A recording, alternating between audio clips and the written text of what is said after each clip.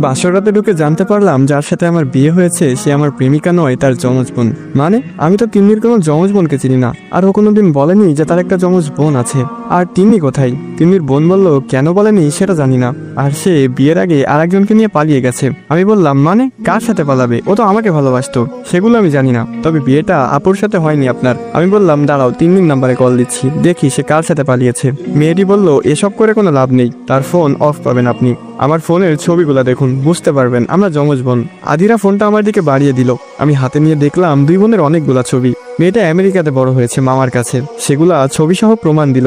এবার আরো একটা শক্ত প্রমাণ পেলাম, মেয়েটার ঠোঁটের নিচের তিলটা নেই, যেটা তিন্নির ছিল। পৃথিবীতে এমন হতভাগা মানুষ কয়টা আছে কে জানে। 4 বছর প্রেম করলাম, বিয়েও ঠিক হলো তার সাথে, কিন্তু সে পালিয়ে গেল। বিয়ে করলাম তার যমজ বোনকে। কেন পালালে তিন্নি? আর যদি পালানোরই ছিল তাহলে আমাকে বলে দিতে, আমি বিয়ে পর্যন্ত আসতামই না। মনের ভিতরে হাহাকার আর কষ্টের কারণটা না হলেও পারতে। আজকের রাতটা নিয়ে কত স্বপ্ন দেখিয়েছিলে মনে আছে? তুমি যেন পাশে বসে আছো, দেখতেও একই রকম, শুধু মানুষ দুইটা। কিভাবে বোঝাবো মনকে? যত সহজে বলা হচ্ছে পরিস্থিতির কথা, সত্যি কি ততটাই সহজ? সে মানুষটার মতো একই রকম দেখতে একটা মেয়েকে নিয়ে কাটাতে হবে সারা জীবন, অথচ তাকে কোনোদিন তিন্নি বলে ডাকতে পারবো না। মেয়েটার দিকে তাকালাম, দুইজনের মধ্যে একটু পার্থক্য আছেই। এই মেয়েটার নাম আদিরা না হয়ে হতে পারতো মিন্নি। আমি মিন্নি ডাকতে গিয়ে ভুল করে তিন্নি ডাকতে পারতাম, কিন্তু আদিরাকে কিভাবে তিন্নি বলে ডাকবো? সেটা তো ইচ্ছাকৃত হয়ে যাবে। আদিরা মেয়েটা তিন্নি চাইতে একটু ফর্সা, না একটু না, বেশ অনেকটাই।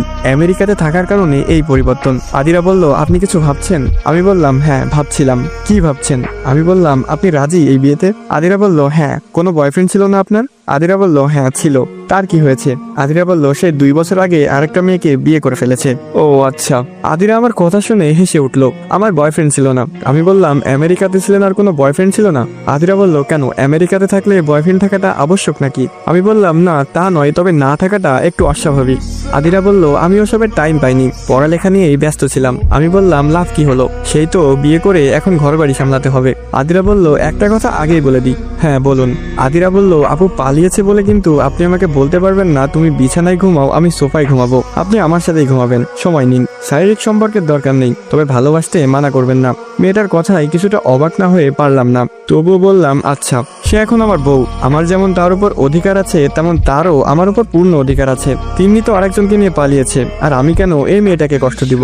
মেয়েটার দিকে ভালোভাবে তাকিয়ে বুঝতে পারলাম মেয়েটা মেকআপ করেনি। কৌতূহল হলো কেন করেনি। আমি জিজ্ঞেস করলাম আপনি সাজগোজ করেননি? আদিরা বলল সময় কই। আব্বু এসে বলল তোর বোন পালিয়ে গেছে, মান সম্মান বাঁচাতে হলে আমাকে এই বিয়েটা করতেই হবে। আর এমনিতেও আমার মেকআপ করতে ভালো লাগে না। চামড়ার উপর সাদা একটা আস্তরণে নিজের আসল সৌন্দর্য ঢেকে কেন রাখবো, হই কালো বা ফর্সা? আমি বললাম তা খারাপ বলেননি। আদিরা বলল আপনি আমাকে তুমি করে বলতে পারেন। আমি বললাম সময় লাগবে, আপনার বোনকেই আমি রিলেশনের 6 মাস পরে তুমি বলেছি। আদিরা বলল আপনাদের প্রেম কাহিনীটা বলবেন, আমার খুব শুনতে ইচ্ছে করছে। বাসরাতে বউকে প্রেম কাহিনী শোনাতে হবে যেই কাহিনীর নায়িকা তার আপন বোন। কি আর করার, প্রেম কাহিনী শুনিয়ে রাত শেষ করি। আমি বলতে শুরু করলাম লাস্ট ইয়ারে যখন পরীক্ষা দিলাম তখন আপনার বোনের সাথে দেখা, পাশাপাশি সিট পড়েছিল। ফার্স্ট ইয়ার লাস্ট 2 সেমিস্টারের পরীক্ষা একসাথে। সেই পরীক্ষায় আমি খারাপ করি, কারণ তিন্নি। সেই যে তাকিয়েছিলাম তার দিকে, আমি পাস মার্ক তুলে আর কিছুই লিখতে পারিনি। পুরো 3 ঘন্টা তার দিকে তাকিয়েছিলাম। তারপর খোঁজ খবর নিলাম, স্বাভাবিকভাবে প্রপোজ করলাম, সে রাজি হলো না। এরপর সেমিস্টারের সেই দিন পর্যন্ত তার পিছে ঘুরেছি। একদিন সে রিক্সা নিয়ে যাচ্ছিল, আমি রাস্তায় অ্যাক্সিডেন্ট করি। কারণটা আপনার বোন। সে নীল শাড়ি পরেছিল, কপালে টিপ, হাতে কাচের চুড়ি, ঠোঁটে হালকা লিপস্টিক, শুধু বাকি ছিল খোপায় বেলি ফুলের মালা। আমি বেলি ফুলের মালা আনতে গিয়ে বাইক অ্যাক্সিডেন্ট করি, হাত পা কেটে গিয়েছিল। গুরুতর কিছু না হলেও আঘাত পেয়েছিলাম ভালোই। সাদা বেলি ফুলগুলা রক্তে লাল হয়ে গেছিল, ভালোই লাগছিল দেখতে। অন্যরকম জিনিস সবারই ভালো লাগে। আমি বেলি ফুলের মালা নিয়ে সেই জায়গায় গিয়ে দেখলাম সে নেই, জ্যাম ছুটেছে, রিক্সা চলে গেছে।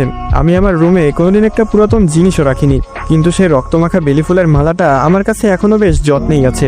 শুকিয়ে কাল হয়ে গেছে, নিষ্প্রাণ নির্জীব, তবুও যত্নে রেখেছি। আজ দেওয়ার কথা ছিল, এরপরও সে আমাকে ভালোবাসি বলেনি। সেদিন কাক ফাটা রোদ, রোদের তাপে ঘেমে একাকার হয়ে গেছি। মনে হচ্ছিল গোসল করে এসেছি কেবল, গরম পানি এখনো গায়ে লেগে আছে। তিন্নিকে দেখলাম সেও ঘামছে, শরীরের ভাঁজগুলা বোঝা যাচ্ছে। ঘামের কারণে ফুটে উঠেছে দেহের কিছু অংশ। সে আইসক্রিম খাচ্ছে। আমি তাকে রিক্সা ডেকে দিলাম, বললাম কোথাও নামবেন না, বাসায় গিয়ে গোসল করে নিবেন, আর একটু ঢিলাঢালা পোশাক পরবেন। তিনি চলে গেছিল, সেদিনও ভালোবাসি বলেনি। এরপর আরেকদিন দেখা হয়েছিল, সেদিন আমাদের বিদায় অনুষ্ঠান ছিল। ছিল। সে আসলো, এসে বলল, ভাইয়া অভিনন্দন আপনাকে, খুব মিস করব, চলে যাবেন আমাদের ছেড়ে। আমি বোকার মতো বলেছিলাম তুমি বললেই থেকে যাব। সেগুলো নিয়ে এসে কি হাসাহাসি। এরপর 2 মাস দেখা হয়নি। আমি ধরেই নিয়েছিলাম আমাদের প্রেম অপূর্ণই থেকে যাবে। হঠাৎ করেই তিন্নির সাথে সেদিন দেখা হয়ে যায়। রাস্তায় বাচ্চাদের সাথে ক্রিকেট খেলছিলাম আমি। হঠাৎ সে ডাকে, এই বাচ্চা শুনেন। আমি তাকিয়ে দেখি তিন্নি। সে আমার হাতে একটা চিঠি গুজে দিয়ে বলেছিল ভালোবাসি। সেই দিনই প্রথমবার ভালোবাসি বলে সে। এরপর শুরু হয় প্রেম। প্রেমের সময় কি কি হয় সেগুলো না হয় নাই বললাম, এগুলো আপনার অজানা নয়। তবে অনৈতিক কোনো দাবি কখনোই আমার ছিল না। কথাগুলো বলতে বলতে চোখ ভিজে গেছে, বুঝতে পারছি হয়তো। আদিরাও বুঝতে পারছে। আদিরা বলল, খুব ভালোবাসতেন আপুকে তাই না? খেয়াল করলাম তার চোখেও পানি। আমি কি মানুষকে এত সহজেই কাটাতে পারি নাকি? সে আবার বলল, বেলি ফুলের মালাটা আমাকে দিবেন? আমি বললাম কেন? তারপর সে যা বলল তার জন্য মোটেও প্রস্তুত ছিলাম না আমি। আসসালামু আলাইকুম গাইস, কেমন আছেন সবাই? আশা করি সকলে খুবই ভালো আছেন। তো এখানেই শেষ হয়ে যায় বেলি ফুল পর্ব 1। গল্পটি কেমন লাগলো অবশ্যই কমেন্ট করে জানাবেন। তো আবারও ফিরবো এই গল্পের পরবর্তী পর্বগুলো নিয়ে। আরেকটা কথা গাইস, আপনাদের যদি এই ভাইয়ের ভিডিওগুলো ভালো লেগে থাকে আর এই গল্পগুলো ভালো লেগে থাকে তাহলে অবশ্যই চ্যানেলটি সাবস্ক্রাইব করে যাবেন। আর টিকটক ফেসবুক থেকে দেখে থাকলে অবশ্যই ফলো করে দিবেন। আর মন থেকে এই ভাইয়ের ভালোবাসা নেবেন। তো দেখা হচ্ছে অন্য কোনো ভিডিওতে। আজকের মতো এই পর্যন্তই। ভালো থাকবেন, সুস্থ থাকবেন। আল্লাহ।